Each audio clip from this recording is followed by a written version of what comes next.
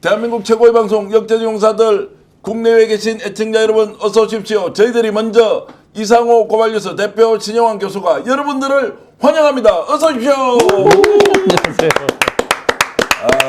지금 이런 식으로 오프닝을 해봤습니다. 왜냐고요?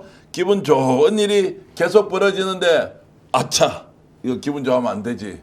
땡땡땡 씨가 지금 많이 안 좋다고 하는데요.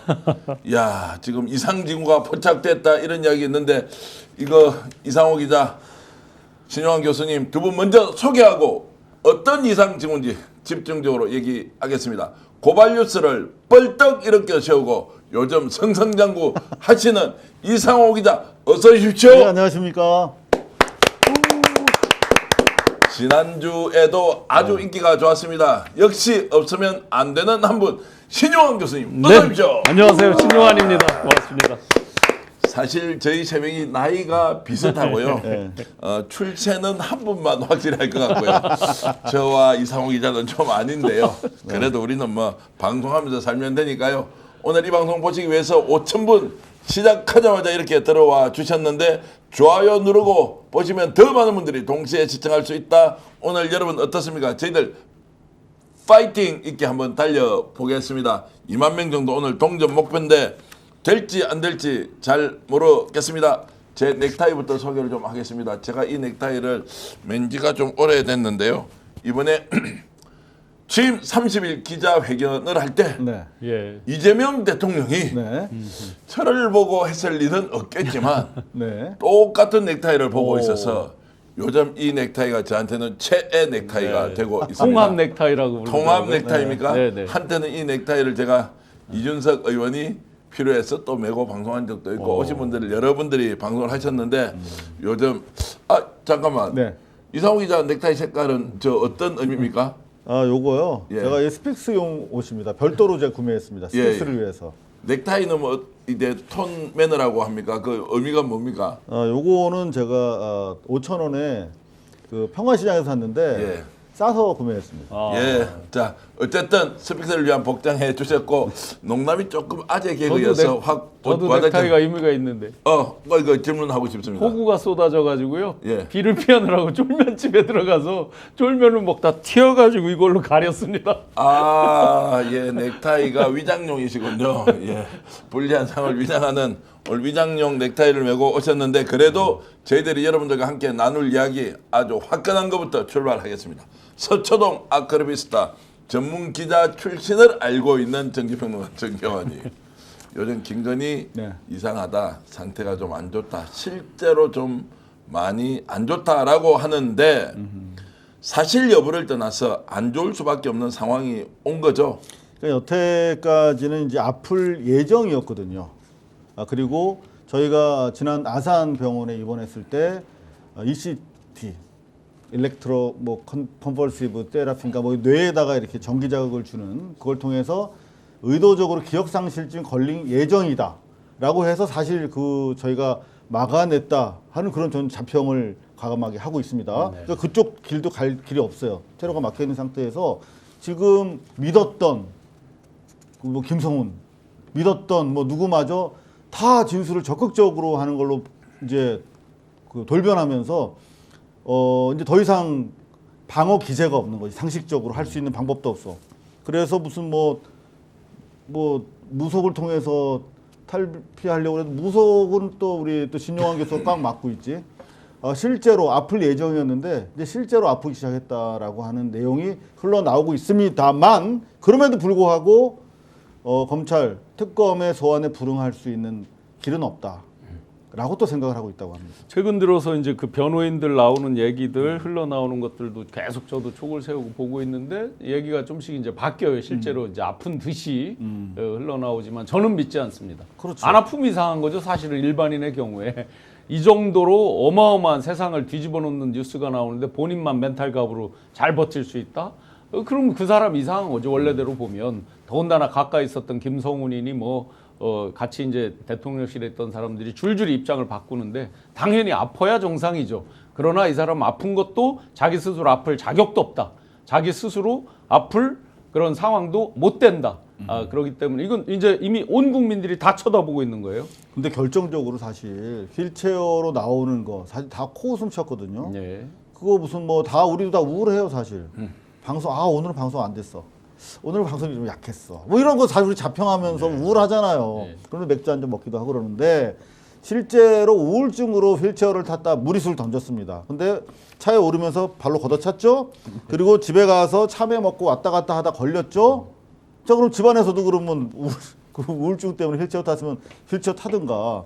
그래서 이미 다 써먹고 사실 우리 언론 그 사진 찍은 언론이 어디였죠? 저는 그 칭찬해주고 싶은데 멀리서 찍은 더 네네. 팩트. 더 팩트. 더 팩트 막아낸 겁니다 사실은 아플 예정을. 그래서 이제 실제로 아프기 시작하는데 그렇다고 해서 봐줄 특검이 아니죠. 네. 자, 아크로비스타에 살고 있는 사람 윤석열, 김건희 외에 기억나는 사람 있습니까? 아크로비스타 거주하고 있는 실제 거주자 안보실 안보실? 엄마가 왕자 써줬다라고 하는 선수 있지 않습니까? 자, 안보실 김모 씨. 네.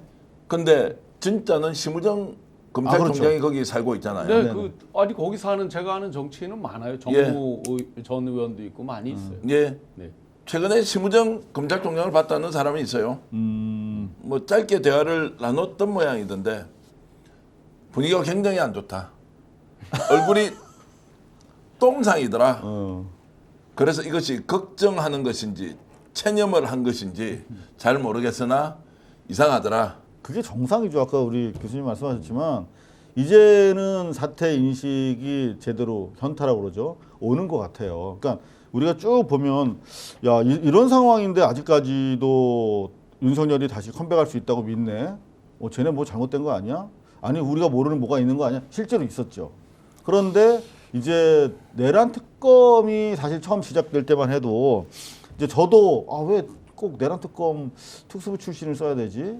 다른 좋은 분들 많을 텐데 뭐 이러면서 대통령이 임명하기 전까지 내정 상태에서 우리가 이런저런 의견도 내고 비판도 하고 그랬습니다만 실제로 저희가 옆에서 지켜봐도 저게 정말 검찰 수사지, 저게 정말 특검이지.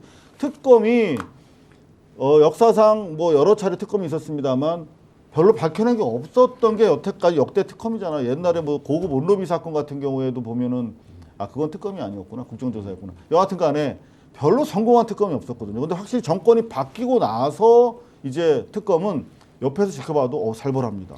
그리고 김건희가 지금 이제 아프다고 하는 건 아플 수밖에 없는 몇 가지가 있죠. 뭐 사람들이 이제 변심해서 진술을 바꾸고 하는 것들은 뭐 기본일 것이고 그보다 이제 자기들이 물리적인 걸 속인 거 있잖아요. 비아폰에 대한 거, 그다음에 CCTV, 특히 안가 CCTV 수도 없이 이 자리에서 저희가 얘기를 했죠. 그게 제대로 오픈됐을 때 아마 역사책을 다시 써야 될지 전체 수사를 다시 해야 될지 모르겠는데 지금 단편적으로 하나씩 나오고 있지만 벌써 나오는 걸 보면 내란 며칠 전에 이미 이 등장인물들이 쭉 나오잖아요. 그죠? 그렇죠. 예, 그러면 진짜 우리가 더 의구심을 가져볼 수 있는 게 그러면 김건희는 거기 안 나타났냐?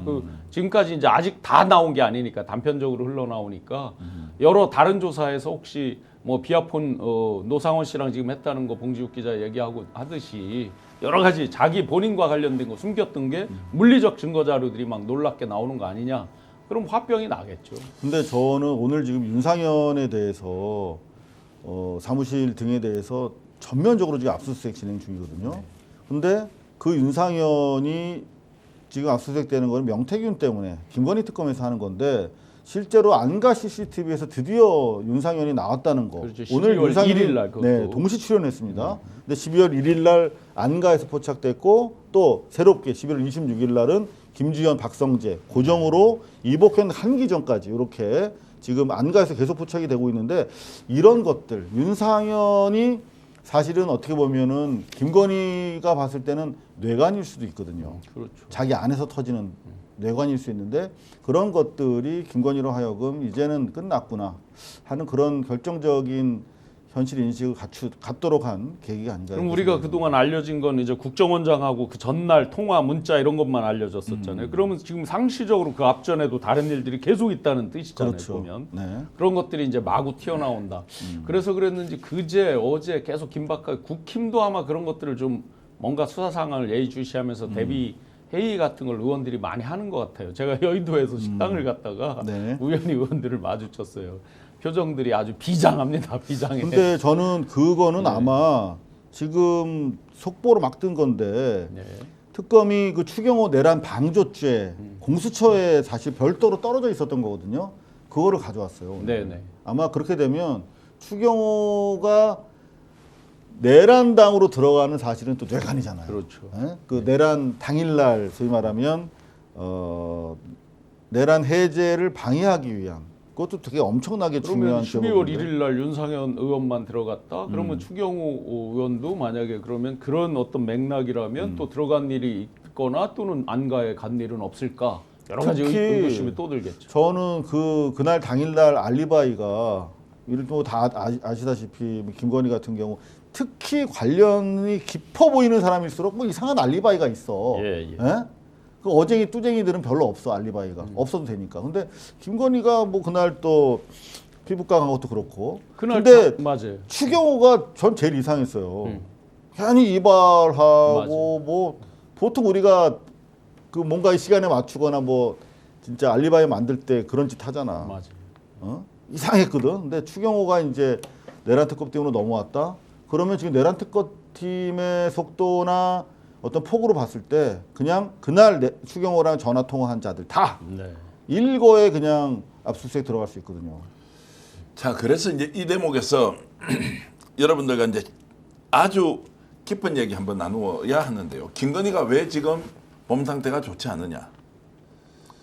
자, 이거 이제 따져봐야 되겠죠. 헐리우드 액션이다. 실제로 아주 안 좋다라고 하는 것인데 이게 이제 취재를 통해서 여러분들께 말씀드리는 건데 이게 진실이라고는 믿지 마십시오. 이번에도 제가 경찰, 창원지방경찰청, 경남지방경찰청, 서울경찰청에 가서 조사를 해보니까 취재를 했기 때문에 취재했던 말을 믿고 발언을 하면 안 되더라고요. 그건 아시죠? 취재를 했는데 그런 소문이 있지만 진실인지 아닌지 잘 모르겠습니다. 그런데 이런 얘기가 도네요라고 하면 이제 재미없지 않습니까, 여러분? 그래도 제가 취재한 내용 하나 이야기하겠습니다. 법률적으로 조력을 받을 단계가 지나버린 거예요. 지금까지는 주술의 요소든 법률적으로든 어떤 사람이 가져가서 끝까지 부인을 해주지 않습니까? 그럼 본인한테 걸려드는 게 없는데 이 사람이 점점 사라지고 있는 거죠.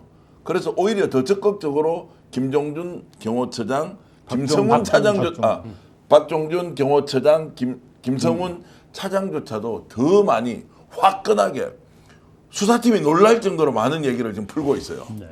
가는 사람마다 다 자기 살려고 이렇게 이제 풀어버리니까 적나라하게 본인의 범죄가 드러나는 게 이제 하나가 있죠. 두 번째가 더 중요한데, 자, 이거 어떻게 막아야 됩니까? 라고 하는 데서 막을 길이 없습니다. 라고 지금 조언을 해주는 거예요. 그러면 감방밖에 없어요. 네. 아무 길이 없는 것을 느꼈을 때 김건희가 어떻게 이것을 참아낼 수 있느냐, 이제 이런 이야기입니다. 그런데 이것은 빙산의 일각이고요. 실제로 특검팀에서 수사하고 있는 것은 어마어마한 사건들이 이제 묻어 있습니다. 우크라이나 전후복구 사업 있죠. 그다음에 마약 문제 있죠. 그리고 캄보디아와 관련된 ODA 자금을 비롯한 거기에 코인으로 돈을 세탁했다 말았다. 통일교 나오죠. YTN 인수 나오죠. 이거 누가 다 했느냐? 다 밝혀질 것 같은 거예요. 네. 지금 이걸로 차라리 감옥 가면 한 20년 살면 되는데 이거 다 밝혀지면 한 300년. 미국 같으면 300년 나오죠. 그래서 오늘 제가 또 물어보니까요. 대한민국은 법상으로 50년까지는 할 수 있대요. 무기 아니면 50년까지 할 수 있는. 이런 상황이 되어버렸으니까 사실상 멘붕이 와버렸다는 거예요. 오늘 또 그 가장 최측근이라고 하는 김예성 실명으로 뉴스에 공개가 됐습니다. 2010년에 서울대 그 최고위 과정 같이 다녔던 기수들은 이미 뉴스에 보면 많이 오픈이 돼 있습니다.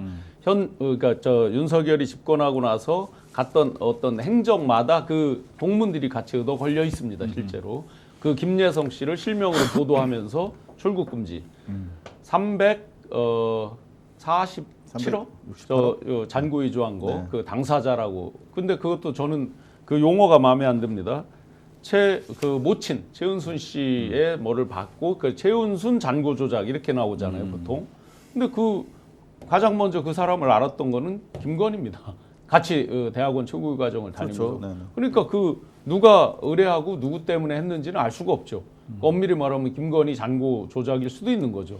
용어 자체가. 그게 사실 전부터 그렇게 불렀어야만 하는데 그 여전히 지금 이런 상황에서도 김건희 여사라고 보도하는 언론이 거의 99%거든요. 아직도 정신을 못 차려서 그렇습니다만 이제 그런 것들이 하나둘 밝혀지면서 국민들 충격과 분노가 더해지리라고 생각을 하는데 아마 아크로비스타가 오늘 진짜 현타가 온 거는 다른 이유일 수도 있어요. 지금 민주당에서 박찬대 의원 등 113명인가요? 5시간 만에 그 법안 동의를 그렇게 아마 쾌속으로 받은 건 처음이라고 하는데 뭐 당연히 그거는 그 정도면은 이제 법안 상정돼서 통과되겠죠. 그게 이름하여 약칭으로 내란 특별법인데 내란 특별법이 여러 조항이 있는데 두 가지 때문에 아마 멘붕이 왔을 거예요. 하나는 내란에 적극 가담한 자일지라도 시원하게 밝히고 국민에게 사죄하면 감안한다. 봐줄 수 있다 일부. 그리고 두 번째 뭐냐면 이렇게 해서 의율된 자들에 대해서는 사면복권 절대 없다. 네. 이 법이야 법. 예?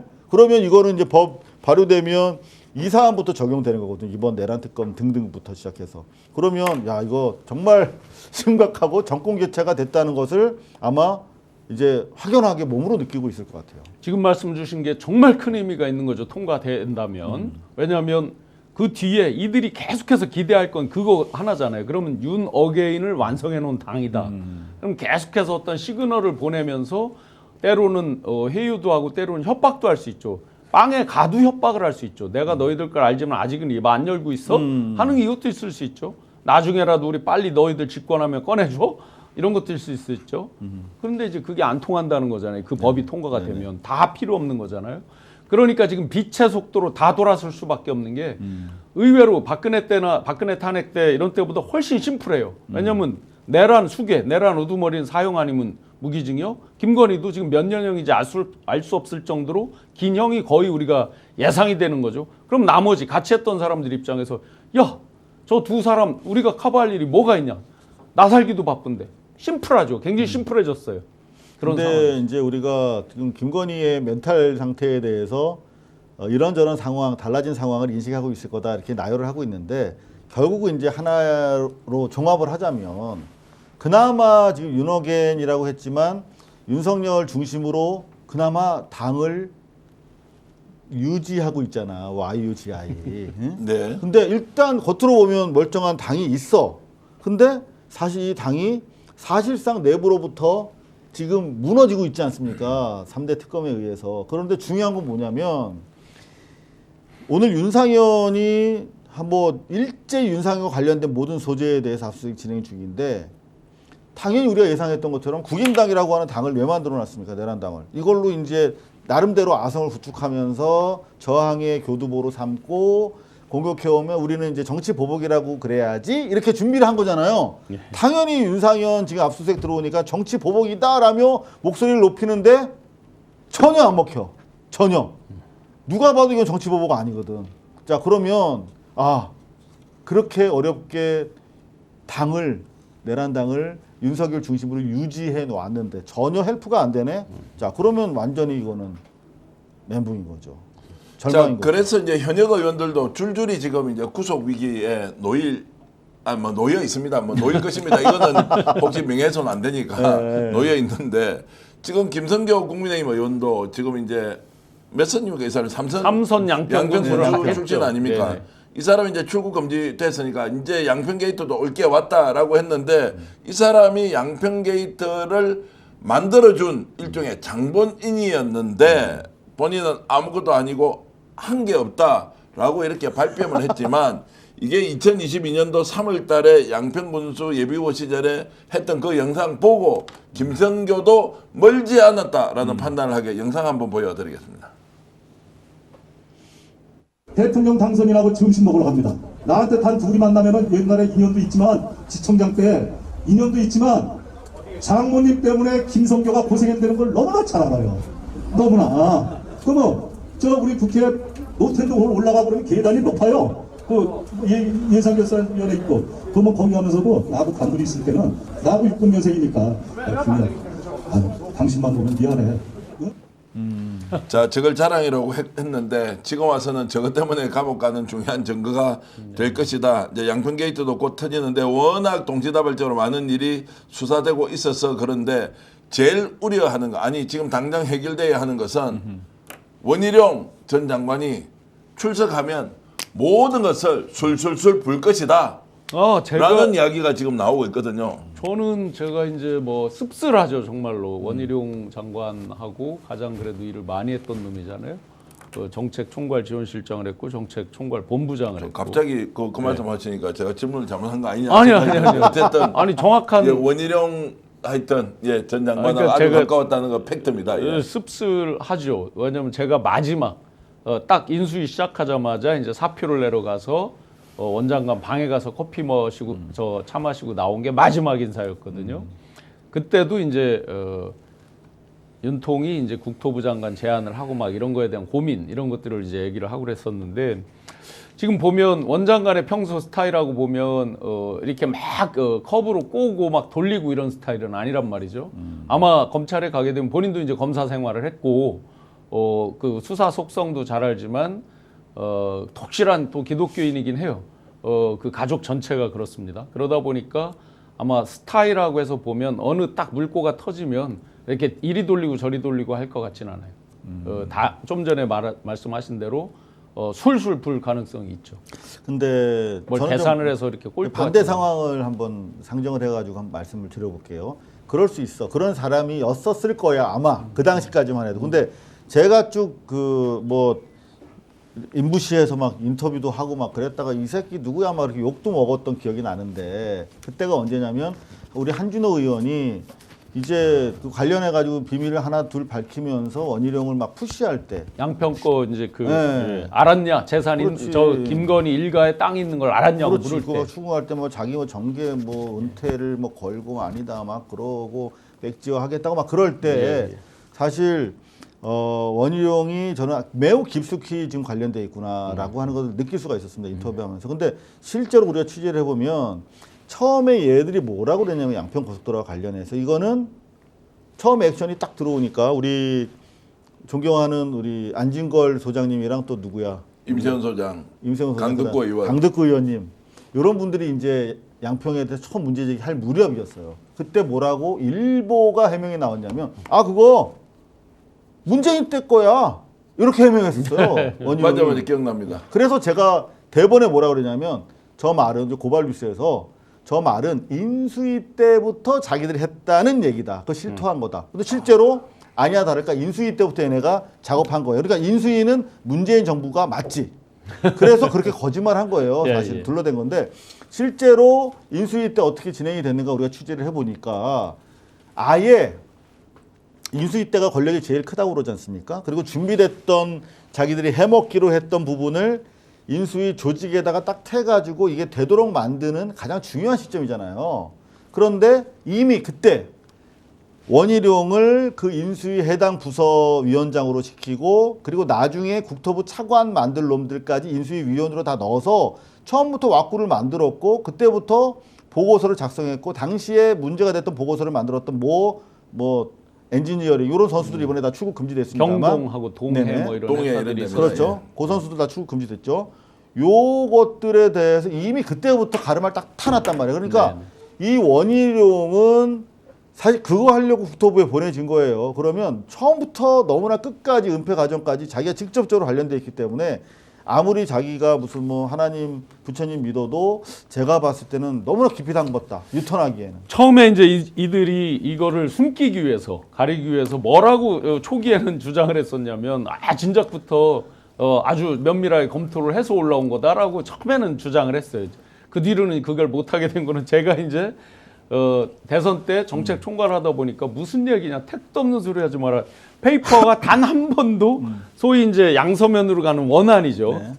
그 대안 강상면으로 가는 대안이라는 걸 온 적이 없다라는 걸 이제 제가 밝혀줬죠. 그 소위 말하는 대선 때 공약집 있잖아요. 이렇게 두꺼운 책자로 된 거. 네. 공약집 359쪽 오늘 아침에 제가 겸공에 359쪽. 띄웠죠. 거기에도 보면은 네. 송파 양평 간 그렇지. 고속국도에 대한 저 조기 착공이라고만 돼 있어요. 그거는 이 고속도로가 다른 아니에요. 거예요, 다른 거. 전혀 다른 네. 건이에요. 그걸 놓고 마치 이들이 마치 공약에 반영한 것처럼 약간 호도하는 섞어서 얘기한 것도 있었거든요. 다 꽝이고요. 정확히는 인수위 시작하자마자 5일 만에 그 전에 딱 준비했다가 정권 딱 잡고 나서 5일 만에 뒤미른 거예요. 맞습니다. 예. 네. 자, 그래서 이제 원희룡이 과연 어떤 선택을 할 것이냐. 실제로 중요한 내용 하나 말씀드리겠습니다. 원희룡은 왜 김건희 윤석열에게 충성했느냐, 왜 충성했느냐 간단히 이야기를 하면 왜 충성했겠습니까? 결국은 그런 것들에 대해서 자기가 다 패밀리 비즈니스라고 했으니까 그거를 일을 봐주면서 자기 어떤 대권 주자로서의 자기는 내락을 받았다라고 생각을 했겠죠. 빙고입니다. 원희룡이 저렇게 무리를 했던 이유는 하나밖에 없습니다. 스스로 후계자라고 생각했죠. 끝까지 막아주면 그래서 당대표를 또 밀려고 했고 또 실패하고 끝까지 보호를 해주려고 했는데 못하게 된 거예요. 지금 이 순간에 천재 원희룡 정치인은 어떤 선택을 할 것이냐. 자, 찍어 주십시오. 술술 분다. 끝까지 순장하기 위해서 김건희를 막아서 준다. 어느 쪽입니까? 불면 저는 못 분다라고 생각합니다. 못 분다. 저는 분다라고 봅니다. 자, 분다 몇 %입니까? 저는 100%라고 봅니다. 100%. 안 부는 이유부터 얘기합시다. 불면 결국 자기가 잘못한 게 다 나와야 돼요. 자기가 잘못한 게 이를테면 좀 내 조력 정도 했어. 조연이야. 그러면 불고 자기가 부채 탕감 받을 수 있다 쳐도 자기가 사실상 주역으로서 움직였단 말이에요. 이거는. 자, 그 부탁은 김건희가 했거나 이거 아닐 수 있습니다. 혹시 김성교 의원이 했다면 이걸 딱 눈치채고 제일 먼저 인수에 들어가서 이 양평 고속도로 코너링을 먼저 시킨단 말이에요. 코너링을 시킬 때 오다가 없는데 가만히 앉아 있는데 이걸 봐주겠다라고 했을 리가 없다. 그러면 나 시켜서 했어요. 시켜서 했지만 한 거는 원희룡이라니까요. 그러니까 결국은 시켜서 한 걸로 다 술술 불 거라고 봅니다. 그렇다고 해서 전 이게 혐의가 작아지는 건 아니에요. 내란 상황에서는 이를테면 군인들 오늘 그 여장군 네. 이름이 뭐더라 여인형. 여인영이가 자기 그 상태로 다시 돌아가면 내가 진짜 군복을 벗더라도 맞겠다라며 진짜 오늘 군사법원에서 읍소했지. 그 경우는 대통령의 일방적 지시 관계에 있는 군인으로서 상당히 명령을 거부하기 어려웠을 거라는 생각이 들긴 들어요.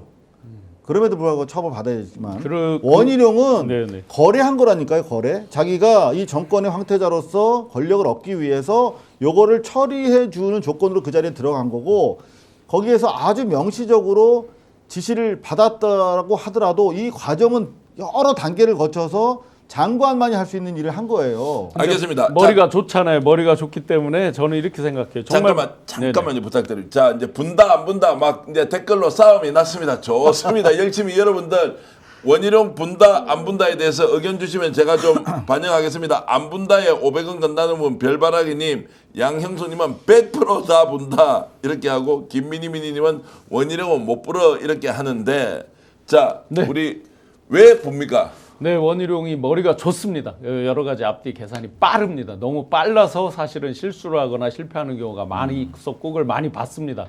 그런데 이제 지금 사형 아니면 무기징역 그리고 김건희도 뭐 형량이 이렇다는 어떠할 거라는 걸 거의 예측할 수 있습니다. 그렇다고 보면 일단 아까 좀 전에 말씀대로 다 시켰어요. 실제 양평 거를 갑자기 급발진할 때 쪽지를 하나 받죠. 메모지를 받고 그걸 읽으면서 급발진을 하죠. 맞아요. 그거를 그런 것들을 이제 기화로 하면서 그때 제가 들은 얘기가 있어요. 당시에 새벽에 한국 시각으로 새벽에 한 8시간 시차가 나잖아요. 그래서 그때 윤석열이 유럽 순방할 때예요. 전화를 해서 뭐뭐뭐를 이제 물었고 그쪽에서 어떻게 처리하라. 근데 그게 급발진 내용은 아니었다고 했는데 잘 알아서 잡음없이 처리하라라는 쪽에 어떤 그런 류의 얘기를 했다는 거예요. 그러다가 기자회견 잡고 쫙 하는데 메모가 들어와서 다 백지화해라 하니까 그걸 읽다가 실수를 하죠. 내가 한다가 아니라 뭐뭐 하라고 뭐 이런 식으로 막 이게 실수도 해요. 그래서 다 뒤집어 씌운다. 시켜서 했어요. 그렇죠. 저는 하나 에피소드를 말씀드리면 제가 당시가 7월이었어요. 한준호 7월 의원이 7일입니다. 본격적으로 막 공세를 퍼붓고 자기 정치력을 가지고 막 자기가 정면으로 붙어가지고 막 싸울 때였는데 그 무렵에 우연히 이제 제가 종로에 있는 그 2차 집이었어. 선술집에 지나가다가 원희룡 무리가 있는 거를 보고 제가 잠복해 있다 인터뷰를 한 건데 그때 제가 그 내용을 봤어요. 그때가 원희룡이 정말 잘 나갈 때였어. 그 부서 그 국무위원 중에서 사실 탑이었습니다. 그리고 실제로 제가 계속 이렇게 숨어서 봤는데 면면들이 청와대 그 수석급이 한 3명, 4명 정도 서너 명 있었고 나머지는 다 장관들이었어. 제일 기억에 나는 건 고용노동부 장관, 그 김문수 전에 몇 명, 청와대 수석들인데 완전히 좌장이에요. 그 앞에서 쩔쩔 매는 걸 봤어요, 다들. 아, 저 진짜로 대통령제 하에서 부통령 정도 되는 위세를 느꼈습니다. 우리가 또 기자라 짬생이 잘 보잖아. 딱 분위기 보면 누가 오야하고 누가 돈 내는 사람인지 알잖아요. 근데 죄송합니다. 오야라는 말은 제가 듣죠. 네, 예. 그런데 진짜 부통령이다. 부통령. 그런 정도 상황에서 나는 대통령의 패밀리 비즈니스를 총괄하고 책임지고 내가 맞서 싸우는 사람이야. 이거는 누구만이 할 수 있냐면 차기를 점지받은 사람만이 할 수 있는 행동이었어요. 그렇기 때문에 이거는 단순한 그 부역이 아니라 거래다, 거래. 실제 에피소드 때문에 하나만 진짜, 간단히 말씀드릴게요. 에피소드. 네. 그 원희룡이 이제 종로를 나가고 싶어 했어요. 그래서 당시에 이제 제가 정책하고 있을 때 종로에 대한 개요 스터디를 지시를 해서 제가 종로의 현황 역대 선거 결과 아주 기초적인 거, 인구 이동 뭐 이런 것들을 쭉 체크를 해서 리포트를 한 게 있었어요. 와, 그런 거 어떻게 쭉 나와요, 그게? 아니 뭐 요즘이야 아니, 정책 뭐. 전문가시니까. 네. 그랬는데 그때 당시에 종로를 이제 막았죠. 딴 사람을 시키려고 했습니다. 김건희가 여러 얘기들이 나왔고 그건 검찰에서 조사를 한 바가 있습니다. 저도 진술을 했고요. 그랬는데 그때 원희룡을 주저앉힐 때 한 얘기가 있어요. 왜 한 동네에 저기를 하려고 하느냐? 이제 그 축에서 나온 얘기죠. 그건 제가 그 안에서 당시 정확히 들은 얘기입니다. 나중에 지금 이거 큰 거 하고 나중에 일종의 이제 네가 후계해 뭐 이런 식의 말이었다는 거죠. 정확히 뭐 워딩은 제가 모르지만 그래서 못 분다니까요. 자, 안 분다, 못 분다, 분다, 자, 몽땅 햇빛님, 본인만 몰라님, 서경진님, 김도희 선생님, 금봉기님, 분다, 다 분다, 올바른 진실님, 자, 분다, 안 분다, 분다가 훨씬 많습니다. 지금 분다. 자, 이런데, 제가 이제 좀 약간, 악동처럼 질문 하나 드리겠습니다. 이대로 가면 원희룡 10년에서 20년 나오는데, 5년 정도 받을 수 있다라고 희망이 생기면, 붑니까, 안 붑니까? 그러면은 불겠죠. 그러니까 제가 이 말씀 분다는 건 안 분다는 거는 자기한테 불리한 건 안 불 거다라고 예. 하는 얘기예요. 자, 유불리가 없습니다. 다 쏟아져 나오기 때문에 바깥에 있어 엔지니어링에서 코너링 시켜준 이 사람들 돈 받고 국토부에서 수의 계약했는데 청권 바뀌었는데 그거 안 분다고요. 누가 시켰다 안 시켰다 다 나올 건데 그러면 정상 참작이 될 때 어떤 부분이 정상 참작 되느냐? 뭐 이것도 오늘 방송에서 공개를 좀 하죠. 조은석 특검팀에서 김건희 특검팀에서 이걸 바보처럼 모르고 있습니까? 소환 조사를 할 때 특정한 사안을 조사를 하게 되면 증거가 차고 넘치는데 어떤 공무원이 어떤 사업가가 어떤 정치인이 그걸 보고도 김건희 아무 잘못 없어요라고 이렇게 막아설 수 있는 사람이 있으면 이름을 대보세요. 그분한테 우리가 모금이라도 좀 해줍시다. 감방에 오래 살아야 되니까. 감방에 그렇게 살 각오하고 버틸 수 있느냐? 그럼 원희룡 버틴다고? 알겠습니다. 그렇게 해보시죠. 라는 얘기가 지금 많이 나온다. 네네. 저는 이제 양평 것도 그렇지만 실제 아마 이제 그런 수사와 재판을 해봐야 되지만 형량이 훨씬 높을 수 있다고 생각되는 건 삼부토건입니다. 국가 권력을 사유와 공과 사가 구별이 안 되는 것까지도 뭐 저 윤석열, 김건희에 대한 걸 수도 없이 알고 또 보고 왔지만 이거는 본인이 뻔히 이렇게 했을 때는 도구로 이용된다는 걸 완벽히 알고 있거든요. 양평과 같은 경우는 약간 애매한 게 있습니다. 왜냐하면 출발이 2007년에 시작되고 2008년에 시작되고 2017년에 그 초안이 나오기 시작했던 것들입니다. 그러니까 약간은 뒤섞여 있는 면들이 있어요. 양평권은. 그런데 이 삼부거 같은 경우는 완벽히 본인이 유라시아포로 이렇게 갔을 때 완전히 도구로 활용되고 주가가 뛸 수 있다는 걸 이미 알고 있는 거죠. 모를 리가 없죠. 그거를. 그러면 어떤 국가 권력을 사유화 내지 사적으로 활용한다는 것을 알고도 이용을 몸을 댔다. 그 활용에 적극적으로 가담이 됐다. 이 부분이 아마 훨씬 큰 형량이 있을 거라고 생각합니다. 자, 어쨌든 원희룡이 어떻게 하는지 이제 보겠습니다. 소환 날짜 아직 안 나왔습니다. 아직은 압수수색도 아직 안 되고 있습니다. 아직은 자, 윤상현하고 네. 지금 김성교까지 치고 들어갔고 추경호 압수수색 됐다는 얘기였고 뭐 이것저것 이제 사건이 막 섞여 있으니까 김건희 그만큼 특검이냐 이제 내란 특검이냐 막 섞여 있고 또 지켜봐야 하는데 압수수색은 곧 임박해 있다라고 저는 보고요. 또 통상적으로 네. 검찰 뭐 다 아시다시피 검찰이 수사하는 게 이렇게 외부에서 이렇게 핵심으로 조여나가는 식의 수사를 보통 하지 않습니까? 네. 그래서 보면은 이제 뭐 엔지니어링 회사 같은 경우 그다음에 삼부토건의 외곽에 이렇게 압박을 해 나가는 추세인데 결국 이렇게 해서 마지막 핵심이 원희룡이다라고 이미 지목을 한 거예요. 아직 원희룡에 대해서 가부간의 액션이 들어가지 않은 거. 이를테면 명태균 게이트 같은 경우는 이미 다 오픈이 돼 있는 상태에서 윤상현 같은 경우에 사실 초입에 있는 선수거든요. 근데 원희룡은 자기 정점에 있잖아. 그러니까 아마 원희룡한테까지 조여가는 데는 지금 수사 속도로는 한 일주일 정도 걸릴 것 같습니다. 자, 그러면 실제 정점에 있다고 이제 예상은 하시는 거죠. 그렇죠. 이를테면 삼부토건 사건, 양평 게이트 똑같이 다 원희룡이 바로 윤석열, 김건희 부부 바로 밑에 접점에 있죠. 자, 그리고 조금 전에 이상호 기자가 말씀하셨듯이 부통령급 그렇죠. 저는 황태자 네네. 그리고 후계자라는 것까지 있었으니까 원희룡 장관님 판단 잘 하시기 바랍니다. 지금 빨리 밝혀서 내란 특검 수사 종결하는 게 김건희 특검 수사 종결하는 게 더 국민들을 위해서 옳은 선택 아니냐 생각하는데 진실을 공개한다고 해서 우리는 왜 배신하느냐라는 말씀을 절대 드리지 않겠습니다. 더 중요한 것은 진실을 국민에게 알리고 마지막에 석고대죄하시라라는 조언을 드리고 싶습니다. 원 장관이 아마 땅을 치고 후회하는 게 하나 있을 거예요. 그 당시에 국토부 장관 맡으라고 그랬을 때 본인이 원한 자리가 아니에요. 제가 알기로는 맞습니다. 인수위 당시에 다른 자리였습니다. 굳이 장관으로 치자면 행안부 장관 이쪽이었습니다. 네. 본인이 장관으로 한다면 뭐 총리라고 하면 얘기가 다르지만 정확한 이야기입니다. 예, 그런데 그때 당시에 많은 사람들이 어떤 조언을 했냐면 경기지사 나가라고 했습니다. 그때 본인 입으로 뭐라 그랬냐면 내가 제주지사를 때려치고 와서 대권 나온다고 한 지가 얼마 되지도 않았는데 경기지사를 염치 없이 어떻게 가느냐 이렇게 한 거거든요. 근데 이미 집권을 한 뒤이기 때문에 상황이 바뀌었잖아요.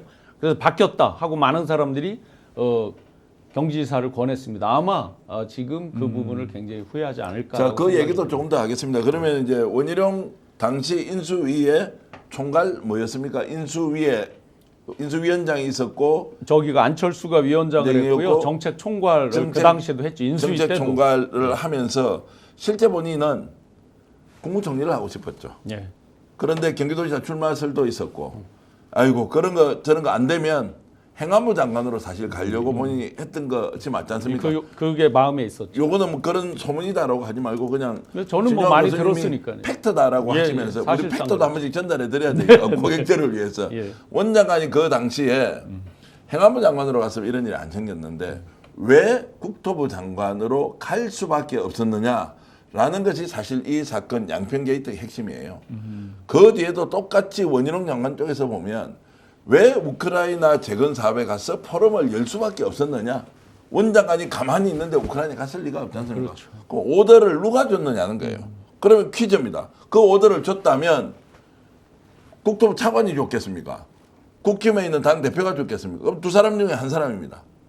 윤석열이냐 김건희냐 누가 그 오더를 줬겠느냐라는 것 때문에 저는 원장관이 불 가능성이 매우 높다.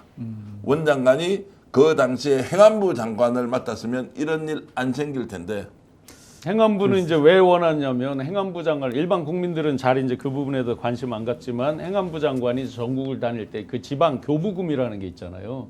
그 교부금이 자기 돈은 아니지만 어떤 마치 이제 자기의 어떤 그 은전을 베푸는 듯한 느낌으로 전국 각 지역을 17개 시도를 다니면서 이제 하는 부분이죠. 그런 것들을 이제 그게 나중에 대권을 갈 때 전국을 이렇게 같이 아우를 수 있는 어떤 힘이 된다. 이런 생각들이 많았을 겁니다. 근데 이상민 장관은 뭐 대권이나 이런 마음은 아니었을 것 같고 아마 둘이 바뀌었다 그러면 운명이 또 어떻게 됐을지 모르겠죠. 근데 사실 예. 저는 지금 우리가 공히 인정하잖아요. 원희룡이 차기에 대한 어떤 내락을 받고 패밀리 비즈니스의 가장 핵심적인 역할을 할 수 있는 국토부 장관으로 배정을 받았다라면 그렇죠? 그러면 사실은 저는 최순실 죄송합니다. 김건희 일가가 네. 부동산 졸부잖아요. 거의 재벌급이잖아요. 전국에 예. 부동산이 있어요. 그러면 양평만 해먹겠는가? 대권을 주는 비용인데, 그러면 양평 고속도로 하나 해먹고 말어? 근데 엄밀하게 보면 우크라이나 재건 사업도 국토부 장관이 개입할 사안입니까? 어떻게 보세요? 제가 봤을 때는 외교부에서 개입하거나 또는 뭐 국정원이나 국토부가 맞습니다. 주무부처로 가는 게 좀 이상했거든요. 우크라이나 재건 같은 경우는 네. 그게 미국이 이제 우선권을 가지고 있고 일종의 배정하듯이 그렇죠. 되고 결국 외교부고 유엔 어떤 재건 뭐 위원회 같은 게 생기고 하기 때문에 사실은 국토부 역할이 별로 없죠. 자, 그런데 국토부 장관 심어놓고 사실 그 일까지 시킨 것으로 강하게 의심이 되는데 그러면 다른 일을 안 시켰겠냐고요. 자, 3년 그 동안. 의혹도 있고요. 이제 이 부분에서 우리가 좀 단독이다. 이것도 오바네. 특종이다. 이것도 좀 오바고. 그러면 들은 이야기 종합해서 한번 우리가 정리를 해줄게요. 김건희가 인수위 갔을 때는요. 원희력을 채워서 양평 게이트 하면 돼요. 그리고 도시계획 변경 이 정도는 국토부 장관이 충분히 가능하다고 보고 검찰이 뭐 다 자기 편이잖아요. 진짜로 요거 최초 공개인데요. 들어가서 보니까 국가를 경영하면 먹을 게 이게 아무것도 아닙니다. 진짜 큰 게 있습니다라고 그렇지. 들어갔던 사람이 방땡땡, 김땡땡 제가 아는 사람들이 대거 MB계에서 합류를 하게 됩니다. 이게 먹을 게 도로 코너링으로 먹는 거는 요만큼이고요. 그러니까. 큰 거 하면 이런 것들이 들어오니까 이게 돈에 미쳐버린 여자가 돈을 먹을 수 있는 게 너무너무 많은 패밀리 비서의 새로운 상대들이 나타나는 거예요. 우리가 얘기했잖아요. 심지어 자기 통장 잔고 증명도 400억 가까운 거를 위조하는 사람들이야. 그거는 400억을 은행 강도하는 거랑 똑같은 거예요. 그리고 멀쩡하게 가는 길을 이렇게 휘게 만들어 자기네 땅으로 가게. 그런 거 하는 사람들인데 그러면 합법적인 정부 조치를 가장해서 해먹을 게 얼마나 많았겠냐고요. 캄보디아 거 딱 보니까 이게 돈이 1,000억, 2,000억 남아. 100억 남기려고 하니까 이게 부동산으로 조작해서 너무 어렵잖아. 그 다음에 코너링 하니까 보는 사람이 너무 많아. 한국 돈 그냥 외국에 몇천억 갖다 줄 때 묻어서 갖다 주는 거예요. 그걸 누가 우리나라에서 최초로 기획해서 외국으로 돈을 빼돌렸습니까? 그 유명한 각하께서 그렇게 하셨잖아요. 각하. 각하. 정직한 각하. MB 각하. 네네. 거기는 아예 해외 자원개발로 수십조를 돌려놓고 얼마가 외국에 나가 있는지 모르고 요걸 관리하는 분이 또 이땡땡 회장님이라고 유명한 분. 예, 옛날에 있는데 이제 카메룬 피해 다이아몬드 사건도 자, 있었고 여러 그것도 가지가 있고 이게 있었죠. 캄보디아로 연결되는 그 돈 맛을 보고 나니까 돈이 세상 돈이 다 자기 거예요. 스위스 계좌도 만들 수도 있고. 그렇죠. 그다음에 또 뭐가 왔습니까? 마약 이거는 돈이 더 되는 거야. 한국에 유통하는데 다 현금이야. 이렇게 됐을 가능성이 있지 않느냐. 그래서 원희룡이 그때부터는 점점점 멀어졌을 가능성이 높았다. 왜냐하면 이 정도만 해줘도 벼락부자가 되는데 더 큰 일본 말처럼 쓰면 안 되죠. 구찌. 더 큰 것들이 막 들어와서 누군가 제안을 하는 걸 보고는 자 희한하게 국정 운영을 하게 됐다는 그거는 것인데. 사실 이제 저도 그 가설엔 동의합니다. 예. 그러니까 이 정권 초반에는 그래도 착한 범법자들이야. 이렇게 길휘게 하고 뭐 이렇게 법률 바꿔서 하다가 진짜 권력의 맛을 아니까 그냥 마약을 그냥 통째로 그냥 들어와서 검색 때 통과시키면 되네. 국정원, 경찰, 국세청 뭐 몇 군데만 전화하면 되네. 그리고 뭐 돈 벌기가 훨씬 쉽다는 걸 알았겠죠. 그리고 검찰에서는 도둑 잡아야 될 검찰은 오히려 도둑 잡아라 하는 사람들 가둬놓으니까. 근데 저는 그런 과정을 통해서 원희룡이 이제 사용 가치가 점점 급감했겠지만 그래서 이제 이를테면 우크라이나 때는 더 오바해서 충성했을 수도 그렇죠. 있어요. 네. 근데 중요한 건 뭐냐면 실제로 원희룡한테 기회를 줬잖아. 김건희 일가 측이. 근데 하나도 사실 성공을 못 시켰어요. 원희룡 입장에서. 볼을 줬는데도. 그러니까 결국은 자업의 자득에다가 지 탓이다. 제가 야, 이 대목에서 잠깐만 네, 이제 여러분들께 말씀을 드리겠습니다. 2만 명이 동시 접속이 넘었다가 다시 19,000대로 빠졌는데 대단합니다. 우리 세 사람 모이니까 지난주에 이어서 2만 명 돌파 오랜만인데 여러분 고맙습니다. 우리 좋아요 좀 눌러주시면 더 많은 분들이 동시에 방송 볼 수 있다. 뒤에 지금 쏟아낼 많은 정보들도 여러분 깜짝 놀라게 할 만한 것인데요. 잠시 제가 직접 하고 있는 광고 한번 보고 돌아오겠습니다. 이 광고 보시면서 마이니 면역케어 비타민C 8개월 분이 우와 27,900원 밖에 하지 않습니다. 이런 가격 여러분 만날 수 없는데요. 광고 잠깐 보고 돌아오겠습니다. 주문해 주시면 더 감사하겠습니다. 항산화 비타민C 좋다고 해서 아무거나 드시면 안 됩니다. 믿을 수 있는 일동 브랜드로 고함량 비타민C 1000mg, 활력 비타민 B1, B6, 아연으로 면역까지 챙겼습니다. 여러분 드신 날과 안 드신 날의 차이를 확실하게 느껴보시기 바랍니다. 스픽스 공동구매 대한민국 최저가격에 도전합니다. 부성찬 의원 선을 넘네? 4개월분 1+1 8개월분이죠. 선을 넘은 이 특별한 가격 27,900원으로 항산화, 활력, 면역까지 꼭 챙기시길 바랍니다. 여러분 여기서다가 아닙니다. 특별한 피로를 특별하게 풀 수 있는 부스터 비타민 한 세트 구매하신 모든 분들께 사은품으로 드리겠습니다.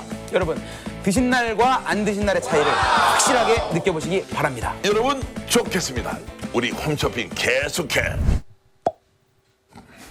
제가 이렇게 죽기 살기로 하고 있습니다. 옆에서 우리 신영 교수 그리고 이상호 기자 이렇게 웃고 계신데 제가 열심히 여러분들께 혜택도 드리면서 저희들이 또 판매하면 수수료가 좀 있지 않겠습니까? 이렇게 해서 직접 여러분들로부터 현금 후원 받지 않는 대신 열심히 상품 팔아서 스픽스가 유지 운영되는 거 아시고 필요하신 분들은 꼭 주문해 주시고 좌측 우리 화면 태그에 자 공동구매 선착순 특가 27,900원 8개월분 비타민C 플러스 아까 사은품까지 함께 드리는 거 부스터 1개월까지 드리는 거 꼭 이용해 주시고요. 우측 댓글창에 제 상단에도 있습니다. 그 댓글창 상단에 보시면 또 하나 더 있는데 바로 건강한 유기농 빵. 자 이게 이제 자막 좀 지어 주십시오. 건강한 유기농 빵 5종 세트를 26,500원에 드리는데요. 건강한 유기농 빵 26,500원에 광화문 살롱에서 100% 유기농 밀가루로 만들어서 보내드리는 제품인데요. 와 상품이 구성이 너무너무 좋습니다. 씨앗 식빵 있고요. 호두 식빵 있고요. 그거는 반반씩 잘라드리고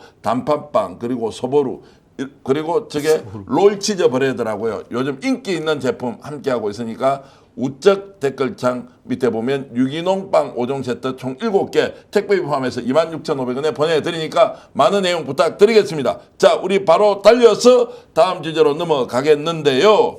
자 국힘 이야기를 꼭 좀 해달라고 지금 댓글로 계속 올라오고 있는데 자 국힘이 지금 현재 왜 지금 특검이나 그리고 여러 수사에 대해서 침묵으로 일관하느냐 김건희 윤석열을 왜 보호하지 않느냐 이유가 있습니까? 누가 누구를 보호하겠어요. 지금 자기 발등에 불도 못 끄고 있어요. 한두 사람이 아니잖아요. 지금 줄줄이 줄을 서 있는 셈이죠. 예. 일단은 뭐 오늘 윤상현 의원 개시를 했지만 그 김영선 의원도 동시에 압수수색 또 당한 거죠. 오늘 이제 특검이 가져간 걸로 알고 있는데 추경호 의원 마찬가지고 줄줄이 뭐 서로 건은 다르지만 내란에 대한 거, 명태균 씨에 대한 거, 뭐 김건희 뭐 관련된 거 등등등. 그 국힘 현직 의원 또는 전직 의원 줄줄이 걸려 있기 때문에 누가 누구를 보호할 수가 없다. 거꾸로 이제 빈집털이라고 저는 제가 표현을 하는데 이러다 보면 위원정당 해산 심판 청구가 반드시 들어오겠구나. 그러면 이게 거의 뭐 공중분해 와해듯이 될 수도 있다. 이때 내가 혁신 쇄신의 어떤 모양새를 취하고 선점해야지. 그러니까 혁신 비대위원장 뭐 혁신위원장 이런 거 맡을 필요도 없다. 빛의 속도로 나 당대표 출마할래 하고 나오는 사람도 있는 거죠. 그래서 제가 빈집털이라고 농담을 하는데 이런 식으로 각자 도생의 길로 이미 들어섰고 그 당은 그 당의 출신 사람들이 얘기하듯이 망할 힘도 없는 당 한겨레 신문에서 제목으로 뽑은 적도 있죠. 망할 힘도 없는 당으로 지금 가고 있다. 자, 이 내용은 요 정도 하면 정리됐습니까? 댓글로 워낙 강력하게 지금 국힘 상황 좀 정리해달라고 해서 신용환 교수님 통해서 했고요. 오늘 빼놓지 않고 이야기해야 될 게 있는데 그 유명하신 이름이 동명이인입니다. 두 분 다 약간 유명한 것 같긴 하던데 이진숙 방송통신위원장이 어제 국회에 나와서 뭔가 이야기를 했는데 이거 좀 희한한 이야기. 자, 국무회의에 들어가는 국무위원이 이런 발언을 국회에서 할 수 있나라는 궁금증이 바로 생겼던 발언인데 직접 한번 들어보시겠습니다.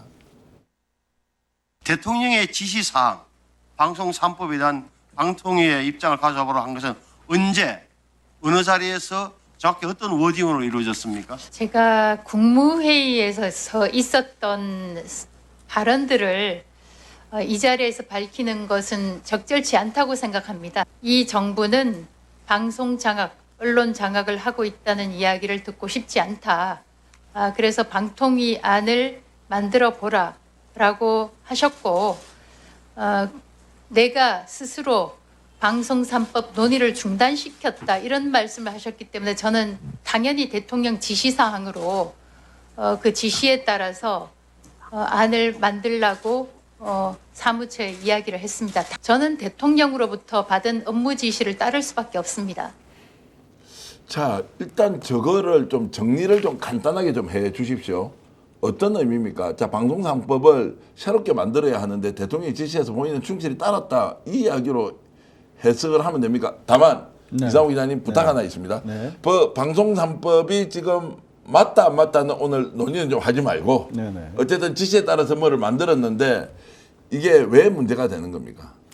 글쎄요, 저는 기본적으로 대통령이 당시에 했던 지시 내용에 대해서는 이미 보도가 된 바가 있고 저건 사실 처음 나온 내용이란 말이에요. 네. 그래서 저 부분에 대해서는 사실 자기가 대통령이 국무회의 자리에서 한 이야기를 밝히는 게 바람직하지 않다라고 얘기하고 지금 얘기를 했기 때문에 왜 했는지 모르겠습니다만 대통령이 확인해 줘야 되는 사안이잖아요. 근데 대통령이 확인해 주지 않을 거고 그러면 저 부분에 대해서 논하는 것 자체가 별로 의미가 없다. 다만 당시에 강유정 대변인이 밝힌 내용은 뭐였냐면 국무회의 끝나고 나서 그 이진수 방통위원장이 한 명 더 빨리 임명해 주세요. 근데 그때 시점에 이미 부위원장이 복귀한 상태였어요. 그러니까 이미 이인이 있었던 상황임에도 불구하고 그걸 몰랐던 거지 이진수. 예. 그래서 일단 나중에 대통령이 그 새로 들어온 그 돌아온 부위원장을 이제 해고했는데 그때 당시에 한 명 더 임명해 달라고 하니까 대통령이 뭐라고 했냐면 그러면 또 1대1이 될 텐데 그렇게 돼서 의견이 대립할 때 어떻게 하시겠습니까? 결국 그것 때문에 이제 임명할 수 없다는 취지의 설명인데 그거 가지고 이진수 방통위원장이 했다는 답변이 어떻게 알려져 있냐면 그냥 뭐 아름답게 처리하면 되죠. 그러니까 자기 대책도 없으면서 추가로 임명해 달라고 요구를 했다라고 하는 해프닝으로 끝난 거거든요. 근데 저걸 가지고 나온 저희가 뭔지 일단 좀 저희가 파악을 자, 그래서 이제 대통령실의 강유정 대변인이 이 문제에 대해서 비공개를 공개한 이진숙 방통위원장에 대해서 매우 강한 비판을 했는데 직접 한번 들어보시겠습니다. 끝으로 국무회의 참석자들에게 국무회의는 국정을 논하는 자리이기에 비공개 회의 내용을 개인 정치에 왜곡해 활용해서는 안 된다고 강한 어조로 질책했습니다. 마지막에 하신 말씀은 사실상 이진숙 방통위원장에 대한 어떤 경고라고 해석해도 될까요? 그리고 그 방송 3법 관련한 언급도 있으셨는지 궁금합니다. 대통령의 말씀은 더블커트로 말할 수 있는 부분이 지시가 아니라 의견을 묻는 거였다라는 말씀이었고요. 개인 정치에 왜곡해서 활용해서는 안 된다라는 말도 직접 말씀하셨습니다. 자, 그래서 지금 이진숙은 지금 어떤 상태입니까? 뭐 본인 임기가 있으니까 끝까지 버티겠다는 거고, 저 이제 국무회의 비공개 국무회의를 바깥에 아예 국회에서 공개를 해버렸다라고 뭐 한판 뜨자 뭐 이런 겁니까? 어떻게 해석해야 됩니까? 이진숙 씨 얘기할 때 여기 빵이 광고가 있어가지고 자꾸 빵이 보이네요. 예, 그러면 이 빵이 광화문살롱 빵이 피해를 보면 안 되는데 어쨌든 자 빵이 보인다. 어쨌든 광화문살롱 빵은 유기농이다. 저분은 유기농은 아닌 것 같아요. 저분은 지금 진짜 자기 정치에 활용하면 안 된다라는 게 전곡을 찌르는 거죠. 온 국민이 지금 이제 다 알고 있습니다. 이분이 자기 정치를 하고 있다. 뭐 국정 이런 거에 별로 관심 없죠. 그러니까 아까 김태규 씨가 복귀한 것도 모르고 막 건의를 하고 있어요. 그러니까, 대통령 김태규, 앞에서. 네네. 예, 본인이 같이 일하는 사람 복귀한 것도 모르고 막 건의하고 대안을 내라니까 대안이 없다. 그러니까 당신들 차원에서 대안을 내보라라고 대통령이 얘기를 했던 거란 말이에요. 그러니까 그거에 대한 안도 엉뚱하게 안 돼 있으니까 이제 방통위에서 국회 차원에서 또 입법을 갖고 지금 한 거고 이런 거죠. 결국은 자기 정치 이상도 이하도 아니다. 심지어 이제 내년도 뭐 대구시장 얘기까지도 구체적으로 거론하는 사람들도 있잖아요. 그 이상도 이하도 아니다. 국정에 자, 그러면 국정에 관심이 별로 없는 것 같은 기왕에 느낌입니다. 나왔으면 이야기합시다. 그럼 자기 정치가 뭡니까? 이진숙 지금 방통위원장은 내년에 대구시장 출마합니까? 일단 본인의 희망사항과 현재 정치적 흐름은 전혀 다르다. 자, 실제로 지금 뭐 횡령 액수가 계속 늘어나고 있지 않습니까? 그냥 우리가 우스갯소리로 빵 진숙이 아니라 실제로 횡령 혐의를 받고 있는 게 뭐 2억, 3억 뭐 이렇게 육박한다고 지금 계속 나오고 있어요, 추가로. 그래서 경찰이 수사 속도가 상당하고 그리고 처벌 의지가 있기 때문에 제가 봤을 때는 기소되는 건 시간 문제다. 그러면 뭐 저 직에 더 이상 있을 수 없고 대통령이 아무리 진짜 정치적으로 뭐 보복하는 인상을 최대한 받지 않으려고 지금 하고 계신데 그렇게 해서 기소가 된 상황에서 방통위원장 직을 수행하는 것은 불가능해질 것으로 보입니다. 소위 보수 유튜브 매체에 출연했죠. 현직 어쨌든 네, 위원장이잖아요. 그러니까 그 대변인도 그에 대해서도 어떤 언급을 한 것 같은데 결국 자기 정치 이상도야도 아닌 상태죠. 자, 그러면 저렇게 하면 자기 정치에 도움은 될 것 같습니까? 냉정하게 국민들이 더 열받아가지고 막 있는데 자, 도움은 될 것 같냐고요? 아니 그 대구에서는 여전히 지금 뭐 절반 이상이 윤석열 정치 세력을 지지하고 있으니까 그쪽에서 뭐 나오면 된다라고 자기 생각할 수 있겠죠. 참고로 말씀드리겠습니다. 지금 대구시장 지금 자리가 비어 있는 건 아시죠? 네, 예. 홍준표가 빠져나왔으니까 네. 거기에 이제 누가 부시장을 하느냐 뭐 이런 것도 설왕설래인데 차기 대구시장에 출마 예정자들이 한 몇 명 정도 될 것 같습니까? 지금 하마평에 오르는 사람만 대충 몇 명 될 것 같습니다. 김재원 전 최고는 많이 들어본 것 같고. 예, 거기는 이제 지금 뭐 어쨌든 김문수 후보가 당 대표 되면 뭐 더 좋아질 것이라고 하지만 어쨌든 몇 명 정도 거론되느냐? 네, 저분도 거론. 최소 10명인데요. 아, 10명이나 제가 돼요. 10명 거론되는 분 중에서 저분은 거의 9번, 10번, 11번, 12번 뭐 이런 것 같아요. 그래서 이게 실제로 대구시장 출마에 도움이 전혀 안 될 건데 누군가 조언을 하고 있으면 차고 하는 거 아니냐라는 생각이 들어서 왜 저렇게 대통령이 배려해서 방통위원을 국무위원으로 직접 와서 정말로 방통위를 어떻게 할 건지 당신이 좀 의견을 내 봐주세요라는 거 아니에요. 그렇죠. 그런데 이걸 악용해가지고 다른 식으로 퍼뜨리는 저런 행위는 통상적으로 참 이해하기 어렵다. 갑자기 지금 좋은 단어가 생각났지만 이것도 하면 명예훼손 걸릴까 싶어서 말씀은 못 드리지만 자, 그래서 여기서 질문 하나 더 드리겠습니다. 이진숙 방통통신위원장이 임기가 남아 있지 않습니까? 그렇죠. 어떻게 해야 됩니까? 이 정부는 임기까지 보장을 해주고 계속 회의에 참석시킬 수밖에 없는 것이죠. 지금 일각에서는 이제 방통위 법을 개정해가지고 의원 수를 늘려서 뭐 이렇게 사실상 고립시키거나 날리는 방법도 이야기는 되고 있습니다만 네. 그것보다 현실적으로 워낙 혐의가 중하기 때문에 지금 뭐 정의가 실현되는 새로운 진짜 대한민국에서 저런 범법 혐의가 있는 사람이 자리에 앉아 있는다는 게 말이 안 되는 거죠. 그래서 저는 조만간 뭐 한 보름에서 한 달 내로 기소가 될 것이고 그런 상황에서 대통령은 이제 뭐 가볍게 경질할 수 있는 조건이 마련될 것이다. 공기는 절대 못 채울 거예요. 자, 이제 절차적으로 보면 그 경질할 수 있는 조건이 기소가 되면 경질을 지킬 수 있습니까? 그렇죠. 기소가 되면. 아마 정부 그 조직법의 그 저기랑은 조금 다를 거예요. 그러니까 무죄 추정 원칙은 있지만 아마 그 지금 말씀하신 대로 기본 경질할 수 있는 조건은 아마 될 걸로 나중에라도 뭐 복직하거나 뭐 그건 이제 어떤 자기가 뭐 소송이나 이를테면 이런 뭐 별개의 행정소송이라든가 그렇게 예, 거치는 건 자기의 자유지만 네. 적어도 대통령으로서는 인사권 행사할 수 있는 조건이 되는 걸로 저는 보고 근데 있습니다. 오죽하면 이제 정부 조직법을 바꿔서 아예 방통위를 다른 기구로 바꿔서 자리를 없앤다 말까지 나왔겠어요. 그게 실제 그래 한다는 게 아니라 하도 하는 게 마치 이제 어떤 피해자 코스프레 또 기존의 전현희 그 지금 이제 최고위원 그 전현희 국민권익 의원이 위원장 할 때 어떤 그런 것들과 전혀 차원이 다른 거잖아요. 네, 지금 예. 그렇죠. 그런 것들을 빗대서 자꾸 본인이 코스프레를 하니까 오죽하면 조직을 없앤단 말까지 나왔는데 그 이전에 지금 말씀대로 분명히 기소가 될 것이고 그 죄도 엄청 중할 것이다. 그럼요. 금액으로 보나 내용으로 보나 그렇다고 보면 아마 본인이 한 줌도 안 되는 그 지지자들의 기대서 어거지로 국가를 볼모로 잡는 거고 국민을 볼모로 잡는 거잖아요. 엄밀히 보면 그런 자, 걸 계속하긴 어려울 거다. 알겠습니다. 지금부터 흥미로운 주제 여러분들 기다리시는 기다리고 고 기다리시는 기다리 고 기다리 순서로 가보겠습니다. 내일 오후 2시 15분 대한민국에 어떤 일이 벌어집니까? 서울중앙지법에는 여러분들이 정말로 보고 싶은 윤석열의 자진 출석과 영장실질 심사가 나오고 있습니다. 그런데 심사장 주변에 무려 2,000명의 경찰을 배치한다. 왜 그렇습니까, 이 기자?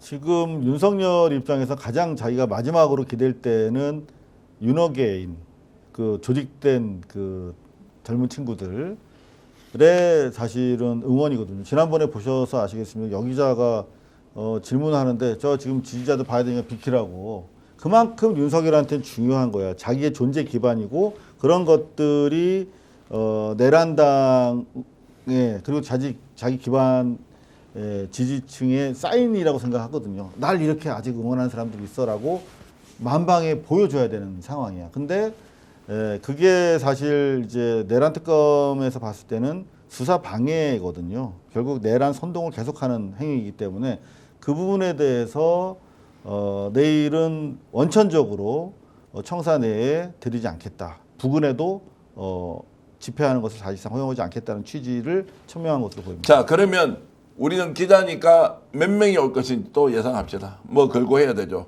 윤석열 지지자 몇 명 정도 올 것 같습니까? 일단 경찰이 한 2,000명 정도 동원해가지고 막는다고 하는데 그래도 한 30명 정도는 어떻게든 기어 들어오지 않을까. 20-30명 정도 온다. 내일은 좀 더 모이지 않을까 생각이 돼요. 자기들 지지자들도 계산해 보면 내일 들어가면 못 나온다는 정도는 알 거래요. 네. 기본 합리적인 물론 합리적인 분들이 아닌 경우가 많지만 그럼에도 불구하고 지금 서부 지원 폭력 서부 지원 폭동 때문에 재판이 진행이 되고 네. 있고 거기다가 무슨 이런저런 자기들이 무슨 지원하는 것까지 다 문제가 돼서 지금 상당히 위기의식이 팽배해 있기 때문에 경찰력으로 막는다 그러면 그러면 우리 서울구치소로 가자. 네. 서울구치소 쪽으로 아예 좀 모이지 않을까. 처음부터 아예 서울구치소로 구속을 모인다. 기정사실화하고 아니 어차피 대기를 해야 되니까. 어차피 거기서 잠깐 맞아요. 2시 15분에 갔다가 밤 12시 정도까지는 서울구치소에서 대기하기 때문에 그쪽에서 계속 으쌰으쌰 하지 예. 않을까. 실제 이제 이게 지금 구속영장 실질 심사를 위한 이 검찰의 66쪽짜리를 자기네가 이제 오픈해 버렸잖아요. 거기에 주민등록번호 실명까지 다 돼 있잖아요. 그게 소위 그냥 난장을 죽였다라고 그러는 게 제가 읽다 보니까 지금 오픈돼서 많이들 받아 보셨잖아요. 읽다 보니까 정말 수사 단계, 특검 수사 단계에서도 정말 난장을 죽였구나라는 대목이 많이 나와요. 변호인이 옆에 있을 때 어떻게 했고 코치를 해서 유도를 했고 그들이 빠지니까 솔직히 답을 했고 이런 게 쫙 나옵니다. 이렇게까지 한 사람들이다. 그러면 그 사람들에 대해서 지금 주민번호까지 다 오픈해서 일종의 좌표를 찍은 거잖아요. 그분들한테 이놈들 배신자니까 응징해라 라는 식의 이제 것들을 한 거죠. 그러니까 2,000명의 경력을 동원하는 게 어찌 보면 당연하다. 왜냐하면 자꾸 그들 선동 시그널을 준 거죠. 네. 우리 윤통님을 감히 배신 때리다니 이런 거죠. 그렇게 자꾸 흥분시키고 한 거기 때문에 원천적으로 경찰에서 봉쇄하려는 노력 맞다고 봅니다. 자, 지금 이제 좀 어려운 질문 하나를 두 분께 드리겠습니다. 시청자 여러분들도 답변하셔도 좋겠습니다. 윤석열은 내일 영장실질 심사를 받기 전에 법원으로 들어오지 않습니까? 아무 말 하지 않고 들어간다. 어떤 말을 하고 들어간다. 아마도 뭔가 발언을 하고 들어갈 것이다 라고 저는 보고 있습니다. 만약 그런 상황이 생겼을 때 어떤 구체적인 발언을 할 것인지 두 분 예상해 주시고 맞으면 내일 박수 드리고 틀리면 더 이상 방송에서 못 보는 벌칙을 쓰려고 하는데 여러분 내일 윤석열이 들어가면서 국민들 앞에 기자들에게 어떤 말을 할까 자진 출석해서 엄청난 신문 과정에서 발언을 쏟아낼 텐데 바깥에 포토라인에서는 어떤 말을 할 건지 여러분 예상을 좀 해 주시겠습니까? 정기환 대표님, 네. 진짜 이거 너무하십니다 이거. 죄송합니다. 이거 점쟁입니까 지금? 아니 이걸 가지고 또 예? 하이라이트 우리가 만들어서 올려야 많은 분들이 내일 또 윤석열 현장에 어려운데. 영장실질심사 갈 때 하는데 어떻게 할 것이냐. 글쎄, 그러면 이것은 가위바위보 먼저 누가 하시나? 팩트보다는 아주 우리가 이거를 그냥 희화화시켜서 이야기하면 할까요? 그게 더 낫겠습니까? 오히려 그냥 저는 내일이 사실 마지막 기회라고 생각할 가능성이 높다고 보여지거든요. 네. 일단 이번에 들어가면은 이제 우리 심우정이도 없고 지기현이도 없고 이제 탈옥 불가야. 그럼 마지막 보는 진짜 자기가 일하던 서초동이야. 그럼 들어가면서 진짜 뭐 한마디 하긴 할 것 같아요 내일. 네. 아니 해야 됩니다. 네. 안 하고는 그냥 들어가겠습니까? 근데 지금 저도 그 66쪽에 달하는 그 내용 대충 봤는데 전혀 지금 개전 예정이 없단 말이에요. 예. 여전히 지금 설교하고 있고 지난번 그 관사에서 털릴 때 체포 전에 그 저 창가에서 그 한 뭐 대국민 일종의 성명 같은 거 있잖아요.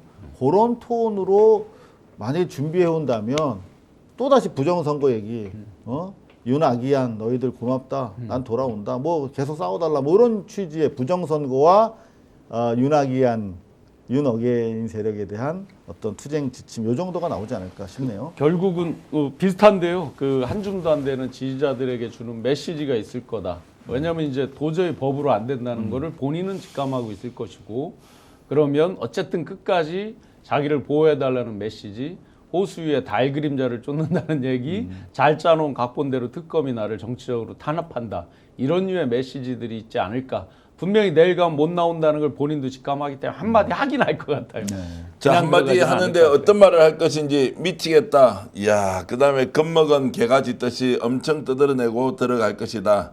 이렇게 이제 주시고요. 와, 술 들깨서 들어가는 거 아니냐. 이제 이렇게 하고. 그럴 수 있겠네요. 아니, 뭐 여러분들이 이제 의견을 주고 계신데 혹시라도 그런 일은 없겠지만 내일 들어갈 때 제가 한 일이 아닙니다. 김용현이가 다 짰고요. 김건희가 다 지시해서 한 것입니다. 라고 할 리는 없겠죠. 그런데 제가 이 말씀을 드리는 게 요즘 취재하면 취재할수록 본인 속마음에는 본인이 정말로 모질이처럼 시킨 대로 다 따라해서 혼자 독박 쓰고 갔는데 그 사이에 대한민국 국민들은 수만 명, 수십만 명이 살해당할 뻔했죠. 집단 학살을 당할 뻔했죠. 윤석열이 지금 후회도 소용없습니다. 이제 책임을 스스로 다해야 하는 시간이 왔는데 내일 들어갈 때라도 정말로 가슴에 손을 얹고 국민들 앞에 석고대죄하면서 평생 감옥에서 죄를 뉘우치겠습니다 라는 말이라도 하고 들어가면 좋겠는데, 그렇지 하지 않으면 최소 무기 그냥 있어도 사형 뭐 이렇게 선고받지 않겠습니까? 네. 내일 그 역사적 순간에 여러분들이 생방송으로 현장 중계되는 것 좀 보시면 좋겠고요. 와, 정말로 여러분들 많이 끝까지 시청해 주셔서 진심으로 감사히 말씀드립니다. 저도 광고 하나 더 하고 방송 끝내겠습니다. 떠나지 마시고 저희들 최대 광고주인 인터넷 비교원 광고 드리겠습니다. 최대 128만 원 놓치지 마십시오. 인터넷 TV 신규 가입 시 48만 원, 휴대폰 구입 시 최대 50만 원, 정수기 렌탈 시 최대 30만 원 드리고 있습니다. 인터넷 가입과 동시에 알뜰폰 또는 휴대폰 새로 장만 없이 현재 쓰고 있는 휴대폰의 통신사만 변경해도 최대 30만 원 혜택을 드립니다. 인터넷 성능 거기서 거긴데요. 혜택 잘 비교해 보십시오. 비교원은 23년 동안 60만 명의 누적 가입자 983억 원의 현금 사은품을 지급했습니다. 개인 보안도 아주 철저합니다. 인터넷 비교원은 8억 원 이상의 보정보험을 가입해 한 번도 억울한 일이 없도록 준비되어 있습니다. 휴대폰 정수기 인터넷 비교는 비교원에서 하십시오. 자세한 내용은 1670-2571, 1670-2571을 통해서 상담받으시거나 네이버에 인터넷 비교원 검색하시고 상담 신청하면 됩니다. 조금 전에 제가 홍보했던 건강한 유기농빵 5종 세트, 자, 이것도 여러분들 필요하시면 우측 상단의 댓글창에 클릭해 주시고요. 또 비타민C는 와, 벌써 뭐 엄청나게 많이 조회가 됐네요. 3,300명이 조회를 하셨는데 27,900원에 8개월치 오늘 저녁까지 이 가격으로 판매한다는 말씀드리고 공동구매 가격이어서 일양약품합니다. 일동제약과 스픽스가 공동으로 진행하고 있으니 여러분들 스픽스에서만 최대 45% 할인 받을 수 있습니다. 신영원 교수님 오늘 고맙습니다. 네, 파이팅입니다. 이상훈 기자님 고맙습니다. 감사합니다. 오늘 저희 11시에 이만 뉴스 합니까? 요즘에 저희가 내부 단장 중입니다. 내부 단장. 네. 자, 리모델링 중이어서 이마 뉴스 안 되는데 그래도 고발 뉴스 낮에 엄청 열심히 하고 계시지 않습니까? 네. 구독, 좋아요. 그리고 신용환 직관TV 같이 쑥쑥 가야 되는데 저희들 지금 여러분 덕분에 149만 명 가고 있고요. 통제적 관계를 가고 있는 고발 뉴스 TV 그리고 신용환 직관TV도 많이 애용 구독해 주시면 고맙겠습니다. 제가 역전하면 다들 용사들 하면서 모두 오늘 방송 마치겠습니다. 시청해 주신 여러분, 제가 발음도 술술술 세고 있습니다. 오늘 방송 한 5번째 하고 있는데요. 그래도 끝까지 최선을 다했습니다. 이런 최선을 다하는 우리 모습에 응원 격려해 주신 여러분께 진심으로 감사의 말씀드리며 역전의 용사들 외치겠습니다. 역전의 용사들! 오늘 오늘 방송 어떠셨습니까? 마음에 들었다면 구독, 좋아요로 스픽스를 응원해 주십시오. 여러분들의 구독, 좋아요는 가장 큰 힘이 됩니다. 스픽스 구독, 좋아요